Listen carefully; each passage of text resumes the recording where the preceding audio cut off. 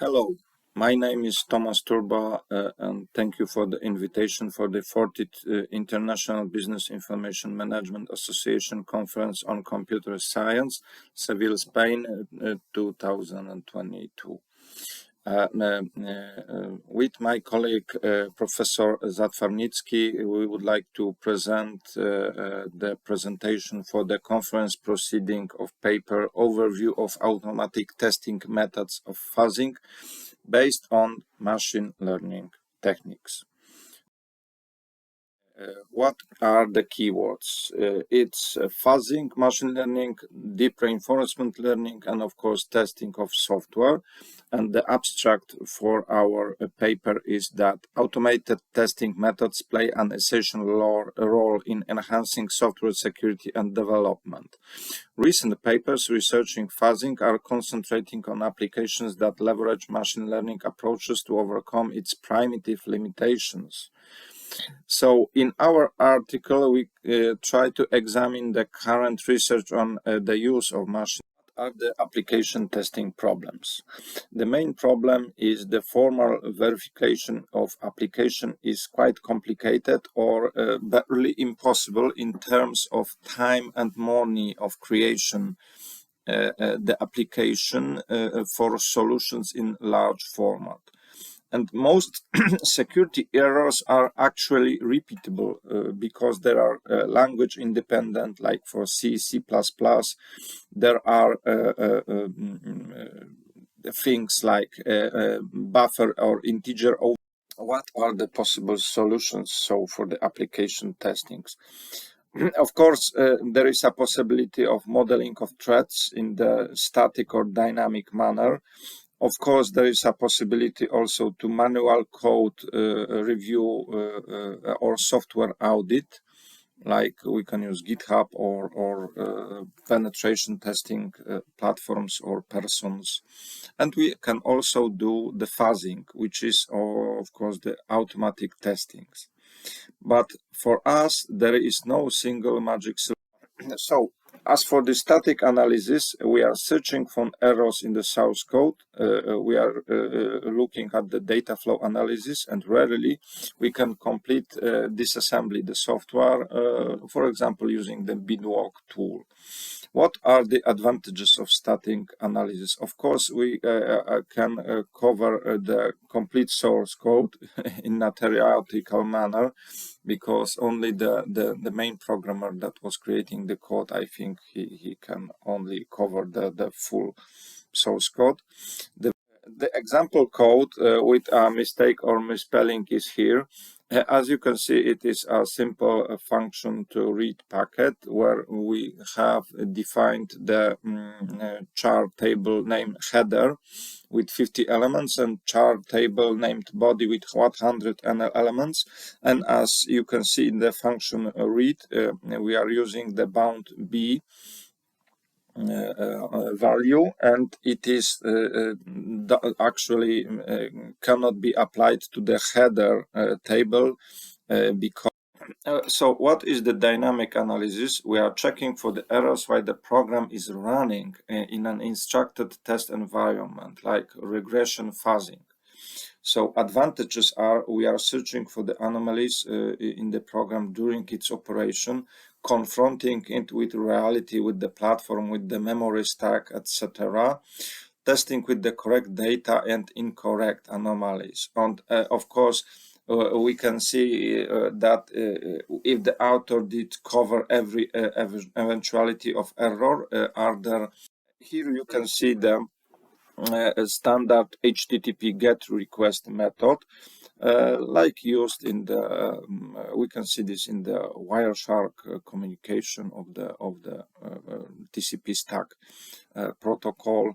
But as for the fuzzers, there are many anomalous requests that are not available in the real life scenarios because of the protocol limitations.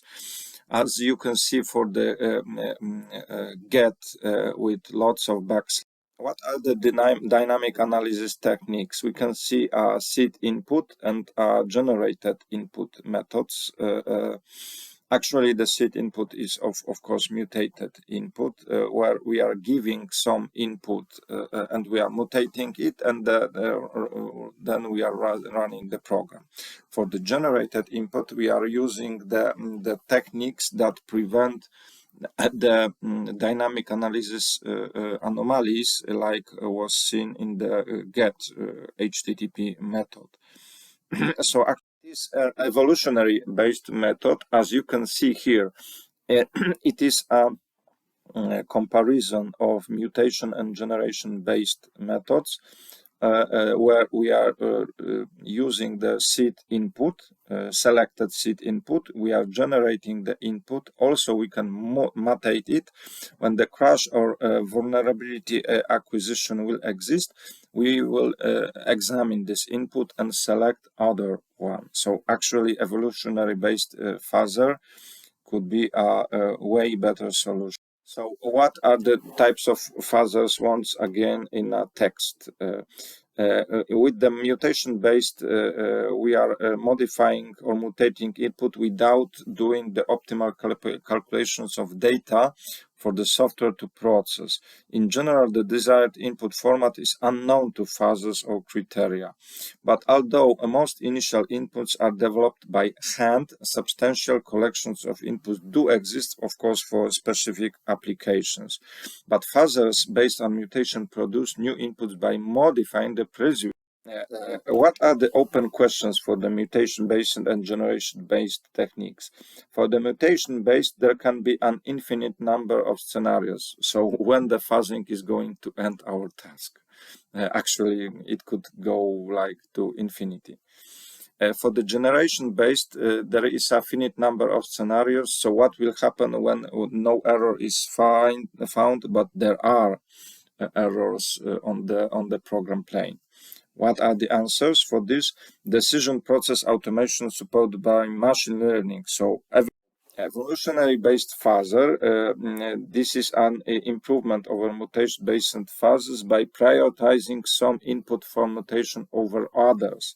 So in particular, we can try to examine what input leads in the program to do and adjust how they continue based on that review. In practice, modern evolutionary fuzzers rank inputs using a fitness function, typically just coverage, and choose the best ranked inputs to modify them. So these fuzzers, what is the evolutionary fuzzer example with seed addition? As you can see, there is a simple function fuzz. We are adding some text seed here, and we are using some arguments, and if error exists, we are just placing this error to our log.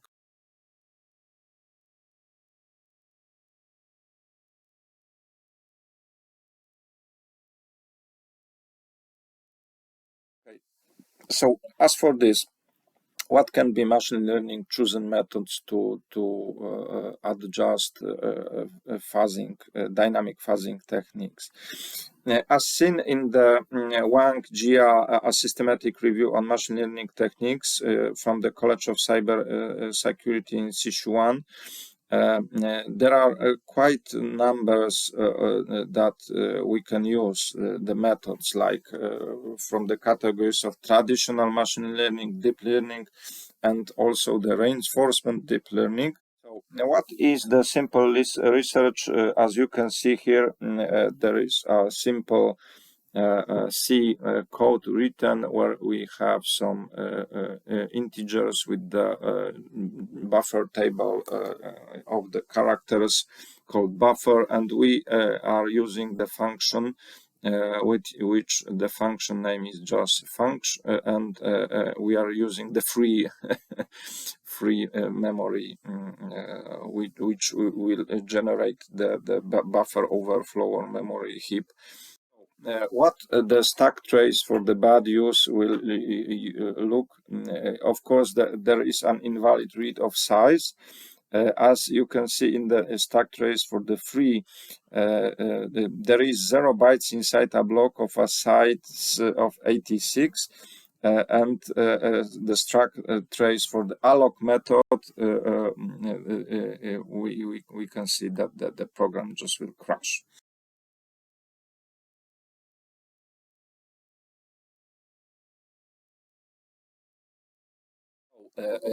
We can debug this stack trace using the block code. So we have the main function, the process file, the process archive, some qualified names, but we are going to the error. So after the free function we are going to use, and the program will stop right here because of the error.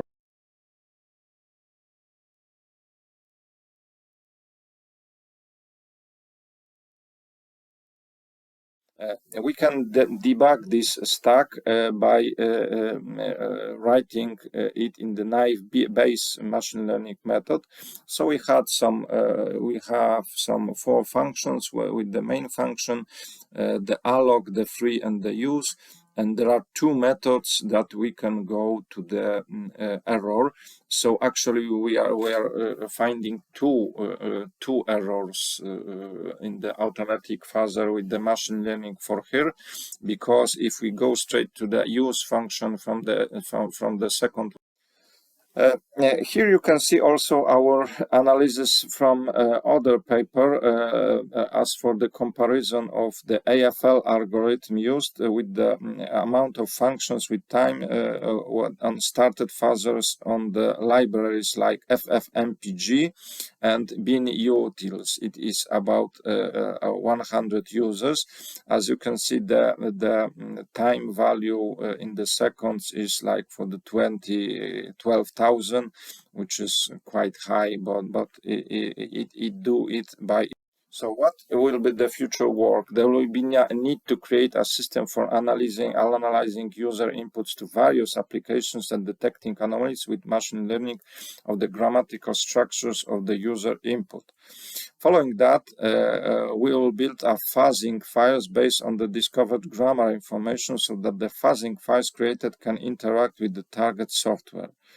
But many issues can arise from here. Example, given the unexpected user input behavior or vulnerabilities such as buffer overflow, integer overflow.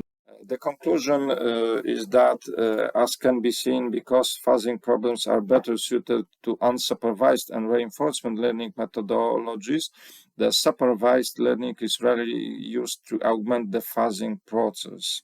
The most typical use of machine learning is to help with the creation of the input stage of the fuzzing process itself. With systems like AFL adding unsupervised algorithms throughout their workflow, unsupervised techniques can now deliver the most benefit, probably. However, machine learning has not been employed in the fuzzing process. These are the references for our conference proceeding papers. Page 1.